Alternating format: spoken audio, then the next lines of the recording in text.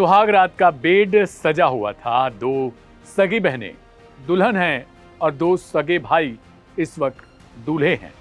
दोनों बहुत खुश थे क्योंकि बहुत मिन्नतों के बाद, बहुत सालों के बाद इन भाइयों की शादी हुई थी और उन्हें लगा कि ईश्वर की कृपा से अब जो है उनको इतनी सुंदर बीवी मिली है। दोनों बेटों की शादी करने के बाद जो बूढ़े पिता हैं वो भी सोच रहे थे कि बस अब एक बार वो पोते पोतियों का चेहरा देख लेंगे तो शायद ये जिंदगी उनकी धन्य हो जाएगी। लेकिन अगले ही पल घर से सब कुछ गायब, पूरा परिवार थाने में और पूरा सीन ही बदल जाता है। दोनों बहुएं हाथों में मेहंदी लगी है और अभी भी घंटे नहीं बीते हैं कि उन्हें ढूंढा जाने लगा। आखिर क्या और किस हाल में ये हैं, ये सबको चिंता सता रही है। कहते हैं शादी दो दिलों का मिलन होता है, दो परिवारों का संगम। लेकिन जब यही शादी किसी के लिए ठगी का जरिया बन जाए तो प्यार नहीं बस धोखा बचता है। यह कहानी है उत्तर प्रदेश के मथुरा जिले की रहने वाली एक युवती काजल भगत सिंह की, जो दिखने में मासूम पर अंदर से बेहद शातिर थी। वह और उसका जो परिवार है 3 राज्यों में फैले ऐसे गिरोह का हिस्सा थे जिन्होंने शादी को अपना कारोबार बना लिया था। साल था 2024। राजस्थान के सीकर जिले में रहने वाले किसान ताराचंद जाट अपने दोनों बेटों भंवरलाल और शंकर लाल के लिए रिश्ता ढूंढ रहे थे। परिवार साधारण था लेकिन बेटे कुंवारे थे और उम्र निकलती जा रही थी। ऐसे में उनकी जो मुलाकात है जयपुर में एक व्यक्ति से होती है। नाम था भगत सिंह, जो खुद को मथुरा का प्रतिष्ठित किसान बताता था। भगत सिंह अपने परिवार के साथ बैठता है, बातों में मिठास घोलता है और कहता है, मेरी 2 बेटियां हैं, काजल और तमन्ना। पढ़ी लिखी हैं, संस्कारी हैं और अच्छे घर की तलाश में भी हैं। ताराचंद को यह रिश्ता वरदान जैसा लगा। भगत सिंह ने एक शादी की तैयारियों और खर्च के नाम पर 11 लाख रुपए ताराचंद से मांग लिए। कहा कि दहेज नहीं चाहिए हमें, बस थोड़ा सहयोग चाहिए, लेकिन शादी की रौनक बनी रहे। भरोसे में आकर जो ताराचंद है उन्होंने रकम दे दी। 21 मई साल 2024 को जयपुर के पास गोविंद अस्पताल के गेस्ट हाउस में धूमधाम से शादी होती है। बारात आई, बैंड बाजा बजा, मंडप सजा और दोनों भाइयों की शादी आखिरकार काजल और तमन्ना से करा दी गई। 2 दिन तक सब कुछ सामान्य रहा, हंसी खुशी, रस्में, रिश्ते और उम्मीदें। लेकिन तीसरे दिन सुबह जब घर के लोग उठे तो दुल्हनें गायब हो गईं। साथ ही गहने, नकदी, कपड़े सब कुछ लेकर फरार। इनका फोन भी बंद, परिवार लापता और आखिरकार रिश्ते का नामो निशान भी मिट चुका था। ताराचंद ने पुलिस में शिकायत दर्ज करवाई आनन फानन में। दांता रामगढ़ थाना प्रभारी अपने जो उनकी टीम है उसके साथ जांच शुरू करते हैं।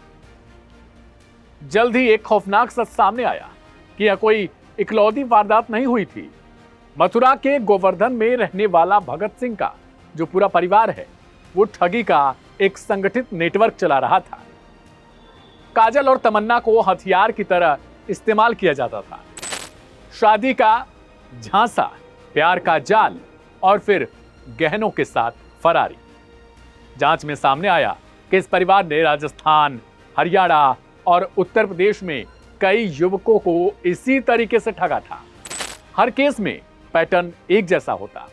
रिश्ता तय किया जाता, शादी 2 दिन साथ रहना और फिर तीसरे दिन गायब हो जाना। यह परिवार अपने ठिकाने बार बार बदलता था ताकि पुलिस तक इसकी पहुंच न हो पाए। पुलिस ने भगत सिंह और उसकी पत्नी सरोज देवी को मथुरा से गिरफ्तार कर लिया। फिर उनकी बेटी तमन्ना और बेटा सूरज भी पकड़े गए। लेकिन इस ठगी गैंग की असली जो मास्टरमाइंड है काजल, वो पुलिस की पकड़ से बाहर थी। काजल बेहद चालाक थी, दिखने में सुंदर थी। वह बार बार अपने शहर को बदलती रहती, कभी जयपुर, फिर मथुरा और आखिर में गुरुग्राम। कभी किराए पर कमरा लेती, कभी नकली नाम से रहने लगती। सीकर पुलिस पिछले 1 साल से उसे ट्रैक कर रही थी, लेकिन हर बार यह लोकेशन बदलने की चाल से बच निकलती। आखिरकार तकनीकी निगरानी और मोबाइल डेटा की मदद से पुलिस को एक सुराग मिला। गुरुग्राम के सरस्वती एनक्लेव में गली नंबर 2 में एक लड़की रह रही थी जो शक्ल से हूबहू काजल जैसी लगी। पुलिस टीम ने हरियाणा पुलिस के साथ मिलकर देर रात को वो छापेमारी की और यहां थी काजल, जींस टी शर्ट में, हाथों में मेहंदी लगी हुई है, मुस्कुराती हुई। गिरफ्तारी के बाद जब उसे मीडिया के कैमरों ने कैद किया तो चेहरे पर कोई उसे पछतावा नहीं था, बल्कि वही बेफिक्री मुस्कान। ऐसा लग रहा था कि जैसे उसे इस खेल में हारने का कोई डर ही ना हो। पूछताछ में जो सामने आया उसने सबको हैरान कर दिया। काजल ने बताया कि उसके पिता भगत सिंह ने ठगी को पारिवारिक धंधा बना रखा था। वह खुद रिश्ते तलाशता, पैसों की मांग करता और दोनों बेटियों को लालच और झूठ सिखाता था। काजल ने बताया कि वह शादी के दौरान कभी पति के साथ रिश्ता नहीं बनाती थी, यानी संबंध नहीं बनाती थी। सुहागरात के दिन टाल देती थी क्योंकि तीसरे दिन फरार होने की प्लानिंग पहले से ही तय होती थी। वह कहती थी, मर्द भरोसे पर चलते हैं और हम उसी भरोसे को बेच देते हैं। पुलिस को शक है कि इस गैंग ने दर्जनों परिवारों को इसी तरह ठगा है। हर केस में रकम लाखों रुपए की होती। कुछ मामलों में तो उन्होंने नकली बायोडेटा, जाली दस्तावेज और फर्जी पहचान पत्र भी बनाए थे। यह पूरा परिवार ऐसे घरों को टारगेट करता था जहां लड़के की शादी नहीं हो रही होती और माता पिता सामाजिक दबाव में जल्दी में कोई रिश्ता पक्का कर लेते, फिर वही जल्दी उनकी बर्बादी बन जाती थी। अब काजल जेल में है। पुलिस पूछताछ में लगातार नए मामले सामने आ रहे हैं, कुछ खुलासे हो रहे हैं। सीकर पुलिस की उम्मीद है कि इस गिरोह के और भी जो साथी हैं, सरगना हैं, वो जल्द पकड़े जाएंगे। लेकिन इस कहानी का जो असली दर्द सिर्फ कानून की किताबों में नहीं है, वह उन परिवारों के दिलों में है जो इस ठगी का शिकार बने। ताराचंद आज भी कहता है, हमने तो बेटों की शादी में खुशियां मांगी थी, पर लौटकर बदनामी मिली। समाज अब ऐसे धोखेबाज रिश्तों से डरने लगा है। काजल का यह अपराध सिर्फ पैसों की ठगी नहीं थी, यह इंसानियत के भरोसे का एक कत्ल था। उसकी ठगी थी। वह मुस्कुराती रही और हर मुस्कान किसी का घर उजाड़ती चली गई।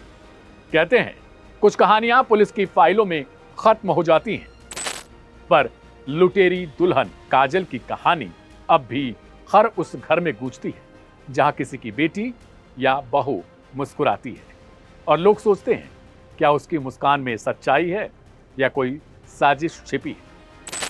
क्या हर रिश्ते के पीछे अब भरोसे की जगह शक ने ले ली है? और अगर हां, तो ये सिर्फ काजल की हार नहीं, पूरे समाज की है।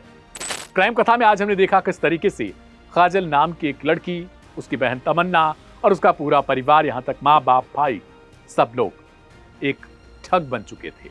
ये पूरा परिवार ही एक ठगी का गिरोह है जो शादी करता, भरोसे में लेता, लेकिन जो शादी के बाद वाले रिश्ते हैं उनके फायदे उठाता और उन्हें लालच में लेकर तीसरे दिन फरार हो जाता।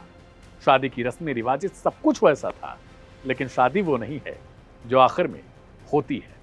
मेरा नाम है दिव्यांशु। क्राइम कथा के कल एक नए एपिसोड में मुलाकात होगी। तब तक के लिए आप सभी को शुभ रात्रि।